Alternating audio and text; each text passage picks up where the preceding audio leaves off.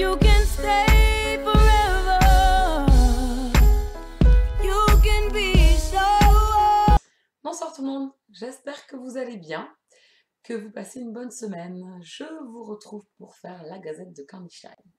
Qu'est-ce que j'ai lu les semaines passées? J'ai 3 livres à vous montrer.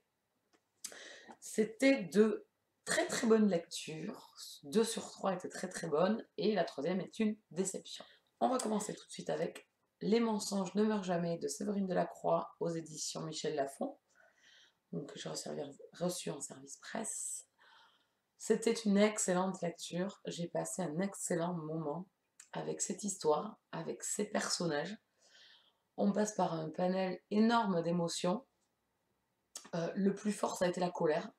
Après un des personnages de cette histoire, en me disant, mais comment on peut être aussi machiavélique et méchant avec les propres personnes de sa famille durant toute leur vie et toute sa propre vie, être quelqu'un d'horrible. Enfin, je sais pas, ça m'a choquée.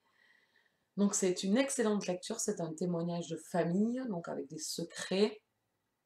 Une jeune femme découvre des vieux secrets enfouis par sa propre famille, et à partir de là, enquête, et elle disparaît. Donc son mari va porter plainte auprès de la gendarmerie, et là, à partir de là, on va suivre le récit et le fil conducteur pour savoir qu'est-ce qui lui est arrivé, et qu'est-ce qu'elle a appris pour disparaître.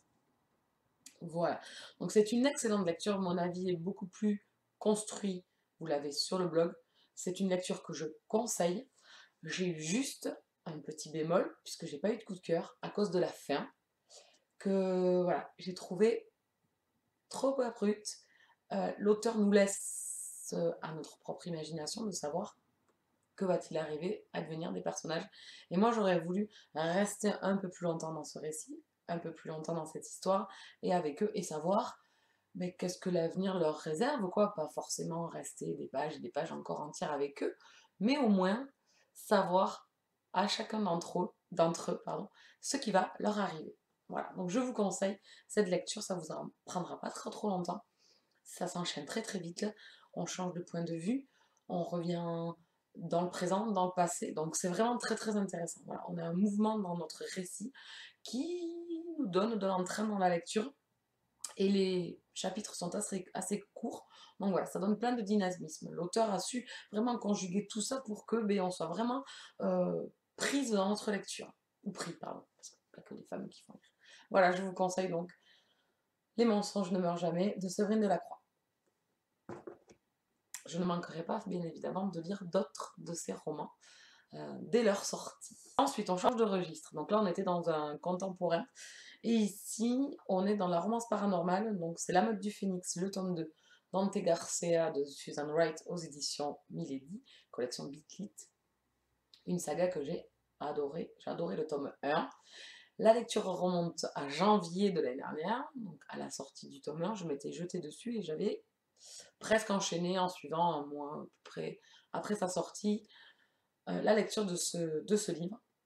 J'ai mis un an pour sortir le tome 2 de ma palle. Voilà. Donc grossière erreur. J'ai passé encore un excellent moment avec la meute. On retrouve donc les 2 personnages principaux que l'on avait laissés dans le premier tome. Et ici on rencontre donc d'autres personnages que l'on avait déjà croisés dans le tome précédent. Donc Dante est le bêta de la meute, le bras droit donc de l'alpha. C'est un homme voilà, qui a été très seul dans sa vie, qui s'est muré dans ses sentiments et qui ne pense qu'à son travail et à faire passer les intérêts de la meute avant le sien. J'ai adoré, on retrouve l'humour que l'on a sur certains personnages qui sont vraiment très drôles. Donc ici encore une fois on rigole, le couple principal est très attachant, très touchant. Mes favoris restent quand même le couple principal du tome 1. Et on croise ici également les 2 personnages qui vont être les personnages principaux du tome 3. Donc à notre plus grand plaisir, parce que c'est 2 personnages que j'apprécie beaucoup et qui m'intriguent beaucoup, et j'ai vraiment hâte d'être sur leur tome à eux. Et donc ici, très bon tome, j'ai toujours pas écrit mon avis, je suis assez en retard au niveau des écrits de chroniques. Voilà, mais je conseille cette saga, on a vraiment tout ce que j'aime dans les histoires de loups, de métamorphes, voilà, de meutes, Voilà, c'est vraiment un plaisir énorme que l'on prend dans cette lecture. Voilà, faut aimer l'urban fantasy, il faut aimer voilà, les loups hein, et les romances.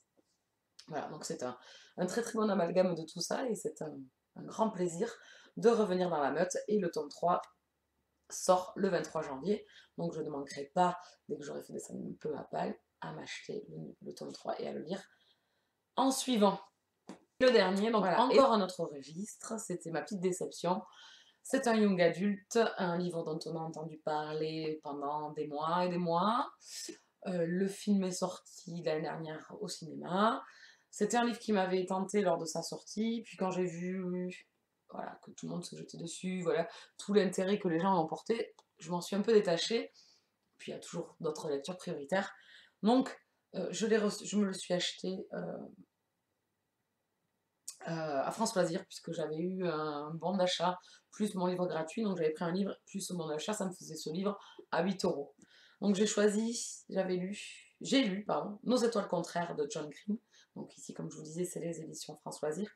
Ce livre m'a été choisi par ma binômette Émilie pour notre challenge pique et pioche, et j'ai également tiré lors de ma bougeard lire en France Loisirs, donc 2 en 1, j'ai choisi ce livre. Donc ici on est dans un genre young adulte, comme je vous disais, qui n'est pas mon genre de prédilection, mais effectivement dans les romances de ce type-là, il arrive que j'apprécie vraiment mes lectures. Ici c'est un raté, je suis vraiment déçue par ma lecture. Alors j'en attendais pas énormément, parce que bon, avec tout le tapage qu'on a fait sur ce livre, je m'étais dit qu'il y allait y avoir un petit hic à un moment donné. Donc voilà, je me suis lancée dans la lecture et ça l'a pas fait du tout. Je suis la première déçue. Alors vous allez me trouver horrible, hein, vu le sujet que traite ce livre. Mais voilà, je n'ai pas accroché du tout à l'écriture de l'auteur. Je me suis pas plus attachée que ça à la romance de nos deux héros. Donc ici c'est Hazel et alors je sais pas comment Augustus, donc Gus. Voilà, c'est pas deux personnages qui m'ont transportée dans leur romance du tout même, je suis restée relativement extérieure à ça. Effectivement, j'ai versé la larmonnette, parce que bon, forcément, quand on voit le sujet traité, on ne peut pas non plus être insensible, hein. Voilà, il y a eu les 100 dernières pages, voilà, qui étaient vraiment très touchantes, mais c'était en loupé, parce que même si ça a été touchant, j'ai pas du tout été emportée dans ma lecture. Je pense que c'est dû à l'écriture de l'auteur. On fait référence à un livre dans cette lecture qui m'a laissé complètement de barbe. Voilà. Je pense que c'était le petit truc accrocheur de nos deux héros et qui, moi, m'a laissé complètement extérieure. Mais totalement. J'ai pas du tout aimé. Voilà, voilà, il n'y a rien qui m'a accroché plus que ça. Dans la même veine où on a du livre émouvant, on a Avant toi de Jojo Moyes, qui m'avait vraiment transporté. Ça a été un méga coup de cœur. Bah ici, c'est un total loupé avec Nos étoiles contraires. J'ai pas aimé cette romance, cette amitié romance. Voilà. Voilà. Donc j'ai du mal à m'exprimer sur ce livre.